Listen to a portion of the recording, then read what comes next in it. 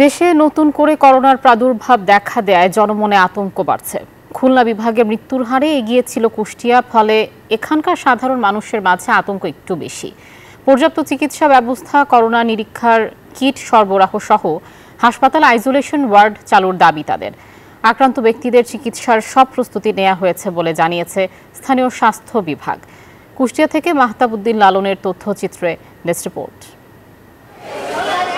2020 সালের 8 মার্চ থেকে কুষ্টিয়ায় কোভিডে মারা গেছেন 855 জন, আক্রান্ত হয়েছেন 4000-এর মতো। কুষ্টিয়া সিভিল সার্জন অফিসের তথ্য মতে 2021 সালের জুলাই মাসে সবচেয়ে বেশি 342 জন মারা যান।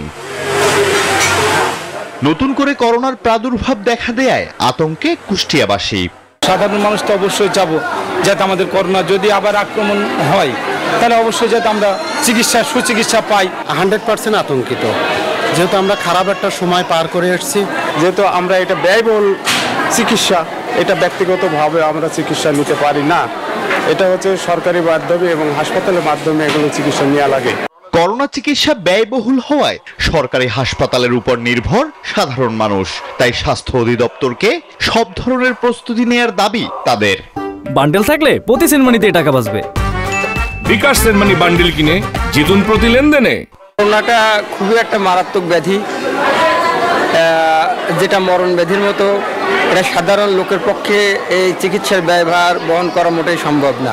এটা আসলে একটি ভীতিকর অবস্থার সৃষ্টি হয়েছে। সচেতনতার মধ্যে থেকে যদি আমরা চলি এবং গভর্নমেন্টও যাতে এই ধরনের উদ্বুদ্ধকরণের আরো পদক্ষেপ নেয় মানুষকে সচেতন করার।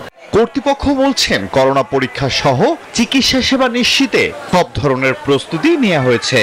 আমাদের আইসোলেশন ওয়ার্ডের জন্য যে জরুরি ব্যবস্থাপত্র, ওষুধপত্র, এগুলো সব আমরা রেডি। আমাদের তরফ থেকে যে কোনো রোগী আসলে আমরা এখানে পূর্ণ সেবা দেওয়ার জন্য তৈরি। করোনা চিকিৎসার ক্ষেত্রে আমাদের জেলা এবং উপজেলা পর্যায়ে ইতিমধ্যে আমরা কার্যক্রম শুরু করেছি। আশা করি যদি কোনো রোগী পাওয়া যায় আমরা চিকিৎসা সেবা দিতে পারবো।